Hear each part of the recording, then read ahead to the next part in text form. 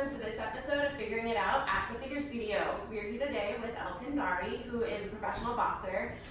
We're so excited to learn more about how he figured it out and got to where he is today. So welcome, Elton. Thanks for coming on the podcast. Thank you very much. Thank you for having me. Yeah, of course.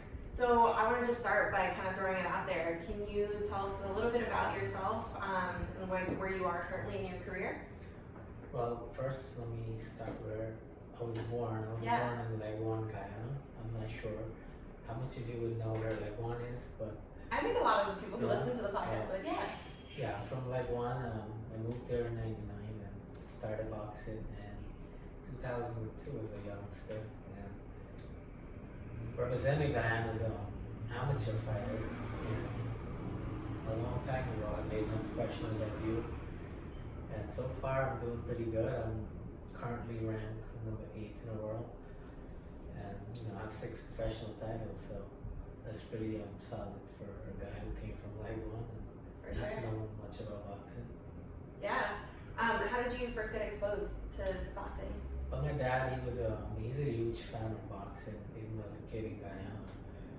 I remember him hooking up a 12-inch TV to a car battery.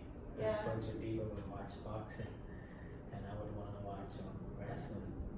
But I had to wait my turn for the wrestling. Right. So even moving here, it was all boxing every weekend. So, and plus the neighborhood I was in East New York, the high school I went to in Franklin Cane Lane, it was just, nothing pretty. You had to fight somewhere, somehow. So I told them I want to fight. I want to do this. I believe I can do it, and they took me. And here I am. Yeah, so where did they take you to? Just like a local boxing gym? Did your dad have any relationships with boxers? Oh no, my brother saw a clip in the newspaper, the Daily News. It's Kingsway Boxing in Manhattan, 28th Street. That was my first gym. I trained there for 6 months. And I moved over to Gleason's Boxing Gym, which is a world famous boxing gym where all the legendary champions came out of. Muhammad Ali and Mike Tyson and Rocky and all of them training there in the past. So I was excited to go there and train. Very cool. How old were you when you were at King's? I was 50. Wow, so you started at 15 basically. Yeah, that's pretty impressive. Yeah. So when you first started actually getting in the ring, can you kind of talk about what that was like as a 15-year-old, like now starting to want to do something almost professionally at that point? It was pretty nerve-wracking. I was nervous, but I was excited. I wanted to be in that ring. I think I still have the same feeling today as a professional fighter with 30 professional fights. I still have the same feeling that I get as an amateur. Like, you get nervous before a fight. That few minutes walking into the ring or waiting in the locker room, it's nerve-wracking. But you want to get there. Yeah. Once you get there, it's okay. What's the difference in feeling between, like when you're sitting in the locker room and then when you actually like see the ring and you're in front of an audience? Well, the locker room is the hard part actually. Walking to the ring, you feel a bit nervous. You're in there, you're waiting. You hear the crowd and you know what's gonna happen. But when you get to the ring, it's more relaxed and more, this is what I trained for. This is here I am. I can't turn back. This is it. So, yeah. Cool.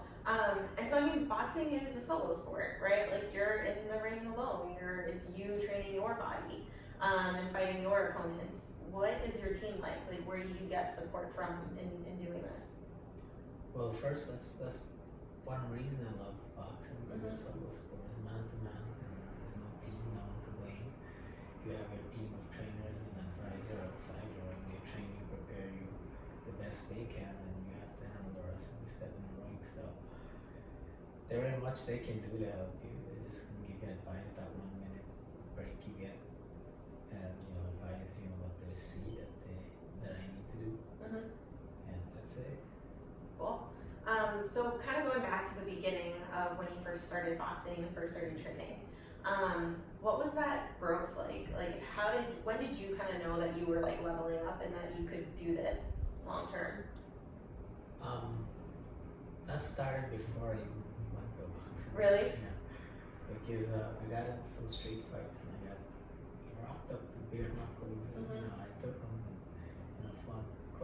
kids on my own, and I felt like if I can handle these boys and they don't have gloves on and they hit me with bare knuckles when I took them, then maybe I can do this. You know, that's what I told myself. But I keep telling my parents and my brother that don't take me, I can do it. So in my mind, I'm going there and I'm gonna fight somebody with gloves on, which is not as dangerous as someone on the street. Right. I found out when you're in the ring with trained fighters, it's a lot different from the street. You know, they rock you up pretty good and stuff like that. Mm-hmm. But once I got there, you know, I never looked back. I got into this groove and I just want to be there and train and fight, you know, do something. Yeah. So when you first started fighting, what was your first match? But my first match was an exhibition match against another Guyanese guy. He's also an Indian guy, which was, you know, surprising to me when I got to the gym and saw that. But yeah, he was very talented, and he went professionally, but he did like 3 or 4 fights, and that was it. But he was pretty talented. He gave me help in the ring, and that was it. Yeah. Have you guys like built a relationship, or like do you know him at all? Have you ever fought him again? No, we never fought again. We trained together for quite some time. We sparred each other in training. Mm-hmm. I know him well. I know his brother. His brother was also a fighter. I fought his brother as well. He was good. Both of them were good. They just left it. Yeah. Were they from New York also? They were in New York or in Queens, I believe. Yeah. Cool. Is there a West Indian boxing community? I mean, even outside Indo-Caribbeans, like what's that like?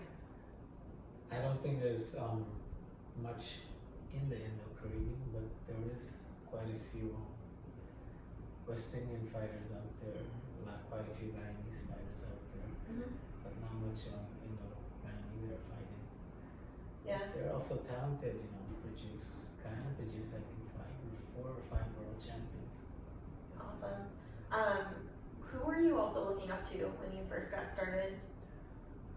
Well, I wasn't really looking up to any fighter, but my favorite fighter is Mike Tyson, because I heard his name before I knew what boxing was. Everyone was saying Mike Tyson. I just want to know who he was. Yeah.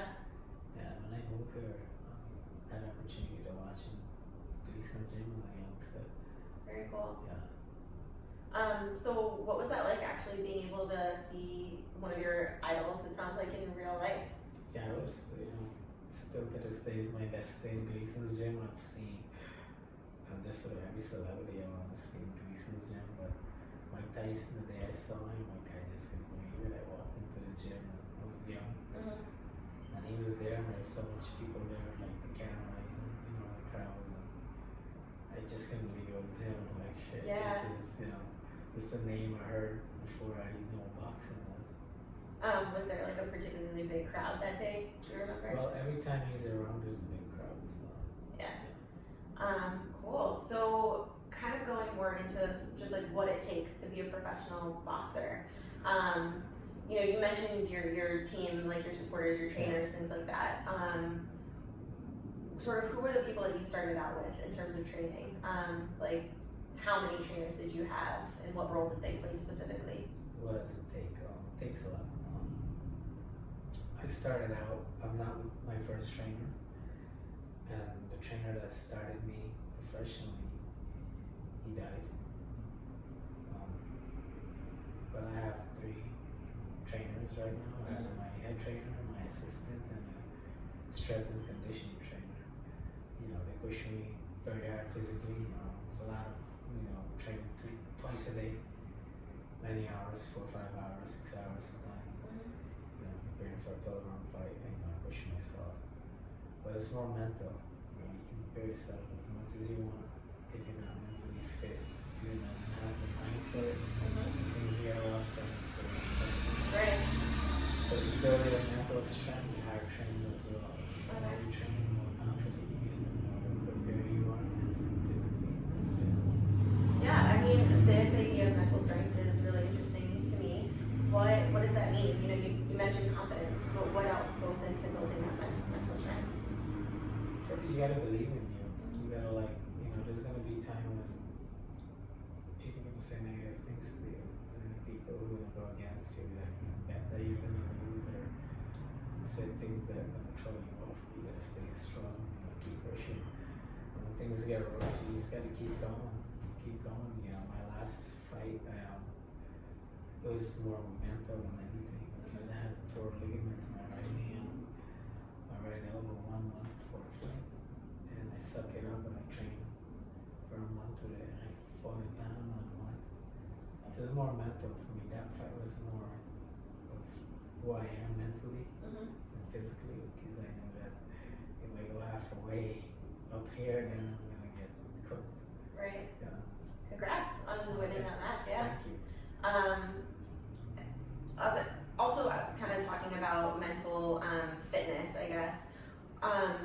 What are some things that you try to consistently do to maintain that? So it's not just, you know, saying I can do this and, you know, believing in yourself, but do you sort of try to keep up with anything regularly, like whether it's meditation or just making sure that you have time to like watch TV or just do things that you enjoy?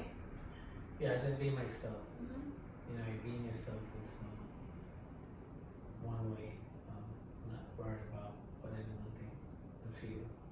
It help you stay more focused, stay at peace. Once you got peace, you're gonna be focused. When you're focused, you can perform. So I try to like not worry about what people say and just keep training, keep pushing myself every day, whether it's training or whatever I want to do. Yeah. You know, take days off if I have to. You know, just stay away from crowds if I have to. It's just gonna mentally bring you down. Say the wrong things that even family member I would stay away from, not talk to for a long time and not training. Definitely. That's actually something that we talked about in the last episode of this podcast with a spiritual healer, Nandini, where we kind of talked about where the role of like sometimes needing to just leave your home or leave your family or community to like go out and do things that are going to build yourself up. And then when you come back, you sometimes have more to offer. So I think it can be related in what you're saying with sometimes you just have to separate yourself for like your own well-being. And it just makes you a better person in the end. Yeah, true. Like once in my career, I moved away to Los Angeles for 3 years, and I stayed there and trained in Vegas, and I fought and came back here a lot better. Yeah. So what was moving to LA and then Vegas like? I wanted this. I wanted to stay away from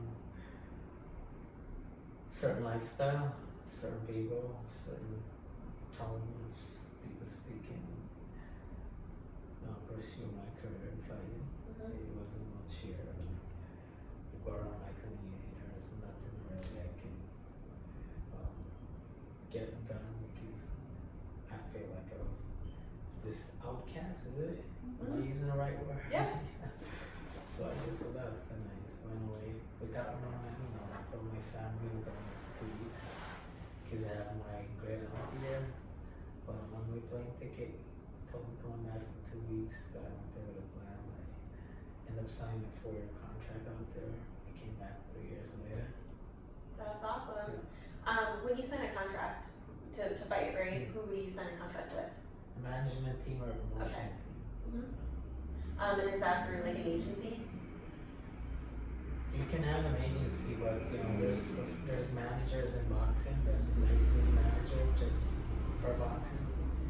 There's promotion just for boxing, so. Cool. What's important when picking or signing with a management team? Is it, you know, their connections? Is it other trainers that they've managed? Other fighters, sorry. Connection, experience. Okay. So what stood out to you with this management team in LA or Vegas? They were the owner of the training camp that I went to. They offered me a contract and I could shut it down. Cool. So you mentioned kind of feeling like you were an outcast in this community, and I think with a lot of the people that we're talking to on this podcast, we're talking to them because they're doing something different than what we've seen in our community before. Can you talk about some of the things that made you feel like an outcast? Having people support what I do is one. This is just a lot different from what I grew up seeing and doing, and everyone around me doing. Yeah, and I mean, I'm sure it's much harder to get support when you're just first starting out versus when you come back and you have championships under your belt. Yeah, well, now I have 6 of them. Yeah. World rated. I have a lot more support now. I'm a lot more out there. I say a lot of support now. So from when I started, but back then it was only cricket and soccer, champion music, but it's a lot of things that make sense to what I did didn't make any sense. Mm-hmm. That was like a taboo For sure. stuff. I've never heard any positive things or always saying negative, the worst that can happen. I heard all of those. Right. So, that's one. Mm-hmm. Quite a few just was good. Yeah. But we can do a lot more than what we just do in our everyday life or just fit in that box. We are in a box, really. We did the same thing that my great grandparents did. Mm-hmm. And we have a lot more talent than just what they did and what we're doing. We have more talent. But nobody want to take risks and step outside and try. Everyone's afraid of what somebody say or afraid to fail. So there's a lot of dreams in the graveyard. Yeah. But I mean, I think one thing that's really great about right now, and it's probably coming from so many of us just being here and benefiting from, I think, some of the sacrifices our parents and generations before us probably made, to just get us to a place like the U.S. where you can actually pursue those dreams and move across the country. Yes, definitely. Also, too, before, I'm sure there was so much people that wanted to do other things, but didn't have the opportunity or can afford it. Mm-hmm. Because stepping outside and doing things, you need the support, and so much people didn't have the support, so they couldn't do it. So I understand that. But here, there's support everywhere, man. There's just not. There's an area for everything here, so it's not like you don't have an opportunity. You can just create your own opportunity. Right. When promoters didn't give an opportunity to me back in the days, I did my own promotion. Mm-hmm. I promoted 2 of my own fights. Yeah, they told me I was too small. Small in terms of like your actual body. Physically, I was too small. They were more interested in the big fighters, Mm-hmm. guys. They said no, I'm small. So I promoted 2 of my fights. Boxing also, I mean, there's a place for everyone. It seems like even if you are small, there is a class There for is you. a division. Yeah. There is a division, but people just didn't want to be fair. I was a little outsider, so to speak. Mm-hmm. Little Indian guy who want to give a chance to an Indian guy fighting. Yeah. I would look. To be honest with you, if I'm fighting another little Indian guy, I probably overlook him a little. I'm fighting another Indian guy. Yeah. So even yourself, you have even those myself reflexes. gonna be like, because I professionally I fought an Indian guy, and I didn't really take him as serious as I take everybody else. Yeah. Did you win that fight? Yeah, I beat him and knocked him out. But yeah, just. Yeah. it ended up turning out in the way that you thought. Turn out the way I thought. Sorry. It's okay. I mean, that's kind of what you're in the ring to do. That's what But I'm you should doing. apologize. I treat everyone the same in this fight then because they would do the same to me. Mm-hmm. We handle things differently in this fight then. Yeah. So I mean, kind of what you're talking about is being underestimated, and it's probably sometimes feeling like an underdog in that you don't have as much support as everybody else might, or you're not from a country where it's well known that really top-notch boxers come out of that country or things like that. Can you kind of talk about things that you've done or sort of what you're doing now to make a name for yourself? How do you actually build your brand? I took risks as a fighter. I took some risks. Upset quite a few fighters in New York back in some years ago. 2010, upset 2 of the top fighters here. Mm-hmm. I wasn't a favorite to win them. It was short notice. Even when I beat him, I didn't think they were going to give me a fight because they were such favorite of me. The judges played fair that night. So winning fights, just impress the fight fans. There's not just my community. There's fight fans that come out fight night. Just gotta win, show up, and give them what they pay for. Definitely. And I mean, that's kind of what's really interesting about being an athlete overall. There's so much that you can do in terms of like making sure that you have a great personality and that like when you do interviews, you know, like you come across great and whatever. But at the end of the day, it's down to your performance. Like you have to perform correctly. Because I don't try to be anything more or less. I'm just gonna be who I am. This is who I am the same way every day. In a ring, I have a different style. From maybe what you might look at me and maybe judge me a little bit or have me as the underdog always. My performance in the ring is always different from what people think it should be. Yeah. Awesome. So also going into the life of an athlete, I mean, it requires a lot of sacrifice sometimes, not just in the sense of being physically ready to perform, and the training, just the amount of hours that it takes to train properly. But I'm sure that there are sacrifices in terms of like your diet maybe, or also balancing your social life. Can you talk about what those sacrifices have been throughout your career? My diet, preparing for a fight, I go on a strictly organic diet. Stay away from a lot of food that I love. Yeah. Like what? I eat a lot of junk food when I'm not training. I can't eat them training. What's your favorite junk food? Goodness, I eat sandwiches, burgers, and pizza, and whatever there is. Junk food I eat, but training for a fight I can't. And I'm strictly organic. My social life, I have none. Yes. I'm just training for a fight, train twice a day. So I miss weddings and parties and birthdays and night out. I miss a lot of them, but I don't regret any of them. A lot of times, even when I have the time, I'm really tired, too tired. I just need to rest. The next day I have to go again twice. Definitely. What are some things that you've learned from other boxers or just other people who are athletes? Our athletes and dedicated, staying focused. I've seen dedication of professional athletes. Before I even became a professional fighters, I've been around professional fighter stuff, so what they've been through, what they're going through in training. It's dedication and sacrifice, and afterwards you watch them, everybody's around them, and the reward after is great. So Yeah. I want that out to work hard and stay focused. Can you talk about a time where you maybe lost focus? I've lost focus quite a few times. I caught up with the wrong friends and doing dumb stuff, lost a bit of focus. I was just having fun, the early part of my professional career, lost focus. Didn't remember my system. Right. That didn't go well with being a fighter. So, What keeps you going? goals. Goals? Like what? These. Yeah, the titles. I've 6 of them.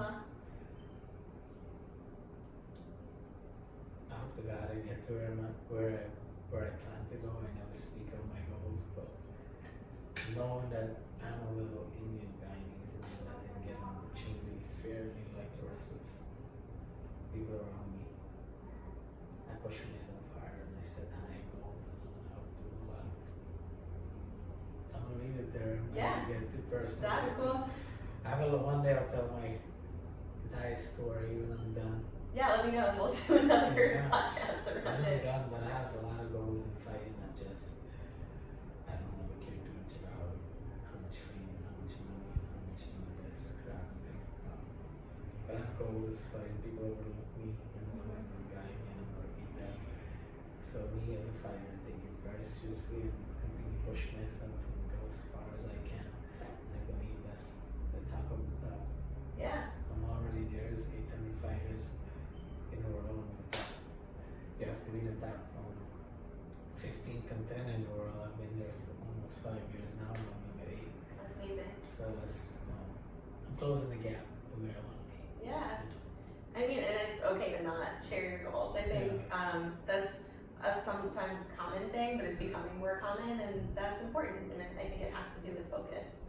I'm just laughing because a couple months ago, I think at this point, I created a meme for Tamarind Bredren that was like, you know, move in silence so nobody like OBI your goals and things. So Yeah. it's important. Well, you know, you work in silence and make success speak. Absolutely. So before we started recording, we were kind of just talking about how oftentimes athletes are representing their supporters, and a lot of times that becomes a country or it becomes a community or just a certain group of people. Can you talk about who you represent as an athlete? Well, I'm a born Guyanese, so I represent Guyana from the start. Even as an amateur, I represent Guyana in the Olympic box off back in the early days. Mm-hmm. But I also represent everyone that support me. I live here in America, I represent the country as well. I represent anyone that support me. It doesn't matter where you're from, what color you are. That don't mean nothing to me. You know, if you support me, I represent you. So that's just how I live. Yeah. Yeah. How can people support you? Whenever I'm fighting, just come out. Mm-hmm. You know, whenever I'm fighting, come out. Show some love, show some support. Because, you know, how often do you find a little guy like me come run from guys? Yeah. Just some weird stuff, you know. So when because you also fight internationally, right? Yeah. You're not just fighting in the U.S. Yeah, I fight all over. I just fought in Panama, I fought in Mexico, fought in the Dominican Republic, St. Martin. Yeah, I fight wherever the fight is, wherever the opportunity to fight, wherever my promoter say it's time to go, then I have to go. Yeah. So, I mean, you talk about yourself as like this little Indian guy, right? Yeah. So when you go around the world, how do you think other people see you? Or like, what is that experience like, you know, representing yourself somewhere where people probably have never seen someone like you before? Well, I'm expecting the reaction of, is he the fighter? I've got that so many times, even in Guyana, you know, I'm back there fighting, you know, I've got that. So it's not new to me for people to like overlook me or judge me based on my physical appearance, but you know, when I step in the ring, I'll represent myself and do it right, support and represent them as well, and get close to where I need to be, Yeah. accomplishing those goals. What has especially just being able to travel with this sport, can you talk about one of the places that you've been to that you just loved the most or that you thought was the most interesting? I just talked about that with my family last month. Panama City, Guyana, Panama City. But outside of Guyana is Panama City. The people there make it so much more beautiful. Like Martin, treat me so much respect. I went to Panama City expecting hostile territory. If I'm a man from Panama. Okay. Expecting to speak to against me, but surprisingly they were cheering for me before and after, and that was that was something that I really cherished.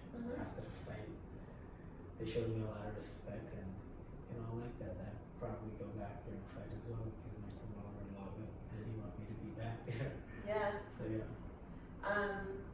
Cool. And so when you get to travel for fights, what do you get to do outside of actually training and fighting the fight? Do you get to spend time in the city or wherever you are?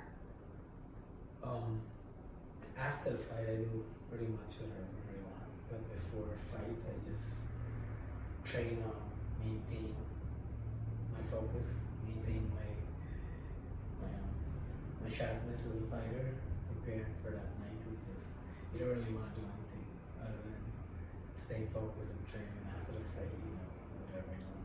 Yeah. So earlier in this conversation, you talked about, before you actually got into boxing at 15, you had gotten into some fights at school or just like in the streets, right? Yeah. I mean, that's a pretty common thing, especially anyone who's grown up in New York or any type of city where, middle school, high school, it's just like normal that there's going to be at least one fight a day. Yeah, definitely. Can you talk about the difference between fighting professionally and being able to like channel those skills into an actual sport instead of fighting on the street or just fighting for, play? It's a lot different. There's professionally, you have judges, you have rules, you have an audience, you have reasons you have goals, you get a paycheck, and you fight and train professional fighters like yourself, which is a lot dangerous. Outside on the street, it's dangerous fighting there with no rules. You never know what's gonna happen. Somebody hits you with something, or if it's fist fight on the street, it's a lot different. I don't get nervous on the street. Yeah. Like if I'm in a fight on the street, it's just not the same nervous like professionally. Right. Because I know I'm not gonna be there against a trained fighter, but I know that there's no rules as well. Mm-hmm. So I avoid street fighting. I'm a licensed fighter. I Right. avoid street fights, but it's not the same at all. But it's just as dangerous, I believe. What would you tell your 15-year-old or even 14-year-old self, like right before you got into boxing? What would you tell them? I want to beat you.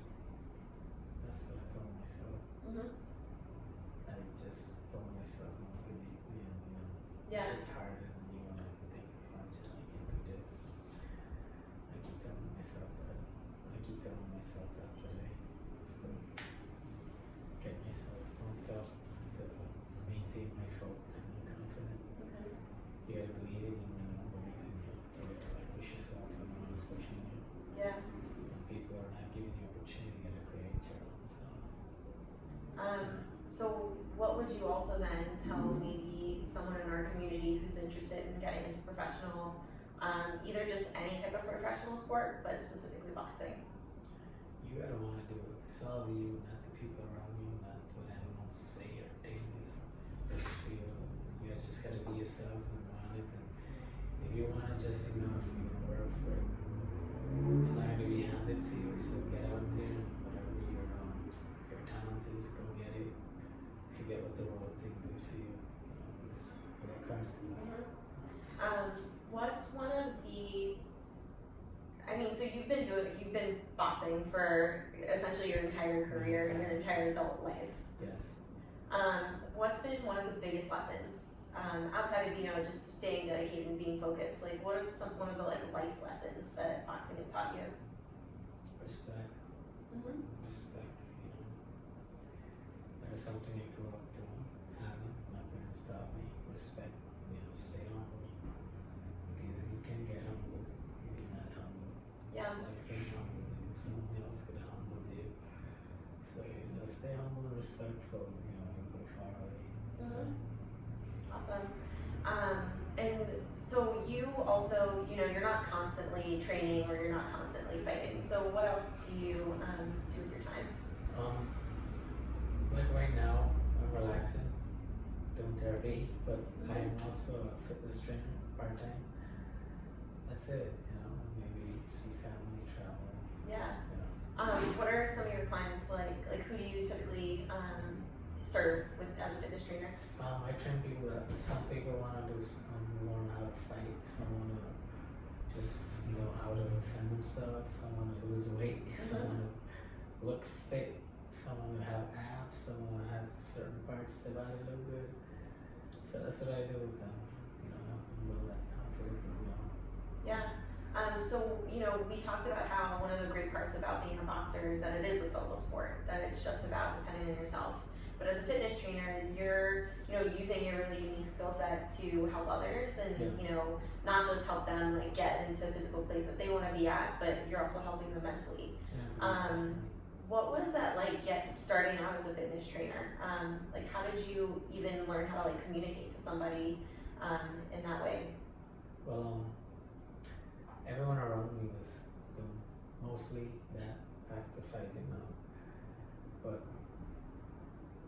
a while back, I twice now asked the people that they can fight. They never fought in their life.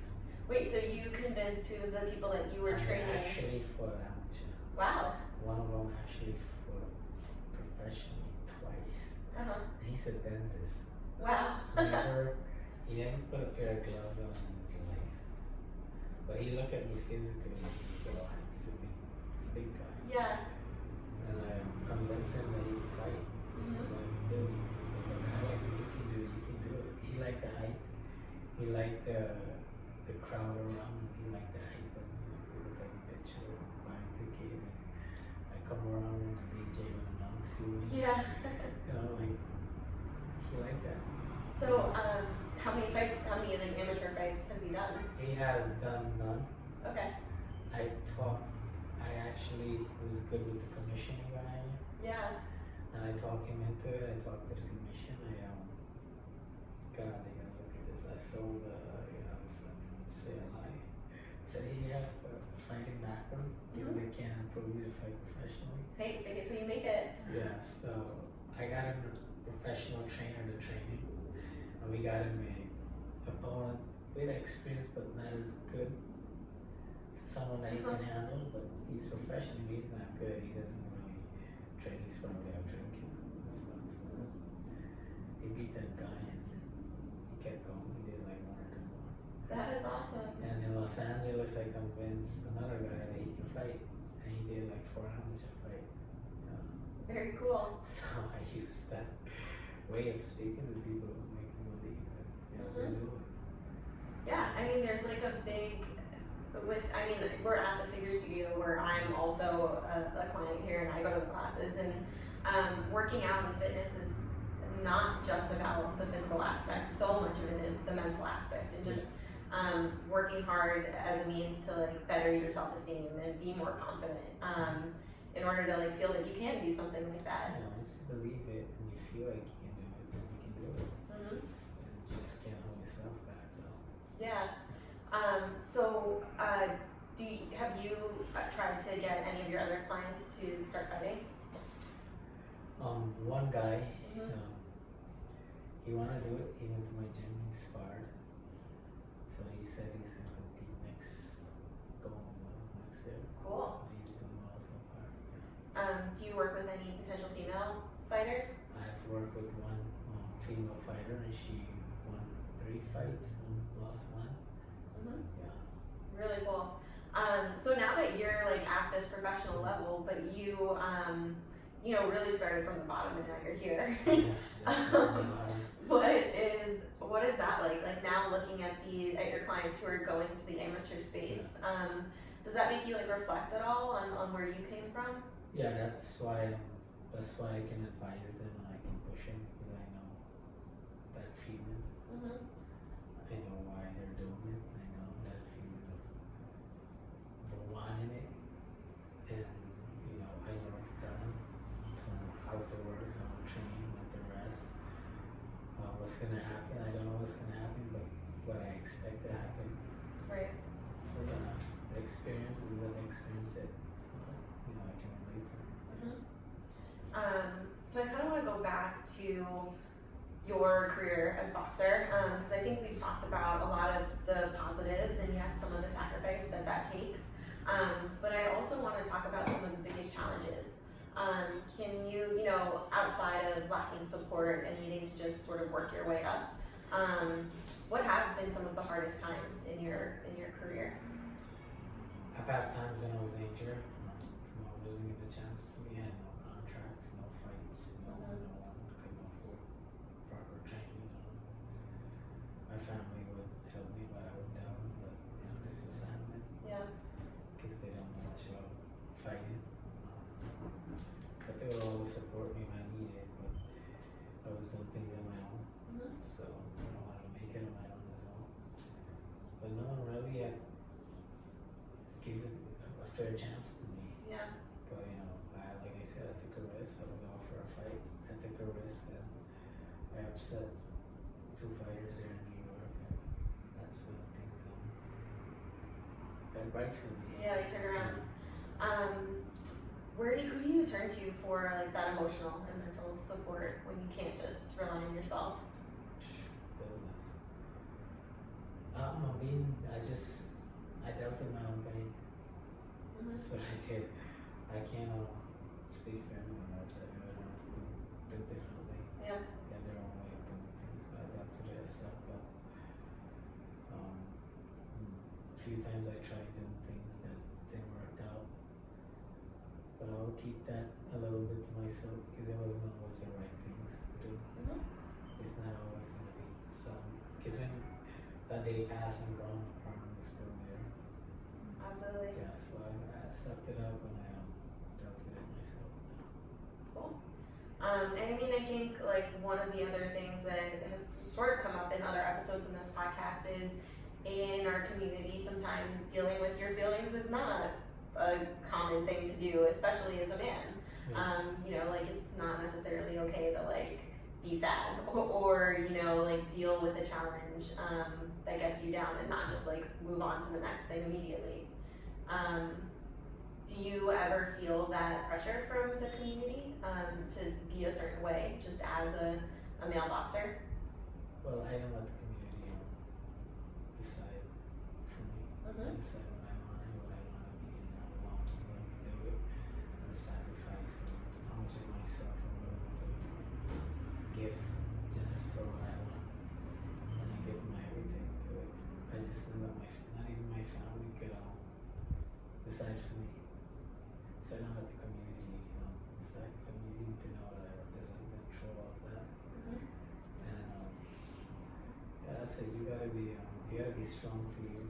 Yeah. And no one else will. Absolutely. Well, I mean, I think that you definitely made our community proud, and you continue to. With all of these championships, I mean, for the people listening, you don't actually see the belts in the room right now, but it is pretty fancy. What fight was this from? I beat the Nicaraguan champion. I fought in the San Martin, and this is the IBF international title. This is 2014. That's when I got into the world rankings after winning this fight. I was not the favorite to win, but I sucked it up. I was a bit nervous, but I won. Great. So how can people find you online, on social media? How can they just support you, follow along with what you're doing? My name, Elton Dharry. Just look my name up and everywhere you'll find me. Wherever social media. Yeah, great. So we'll also include all of the links to Elton's information in our show notes. But I just want to thank you again for sitting down and talking with us on this episode of Figuring It Out at the Figure Studio.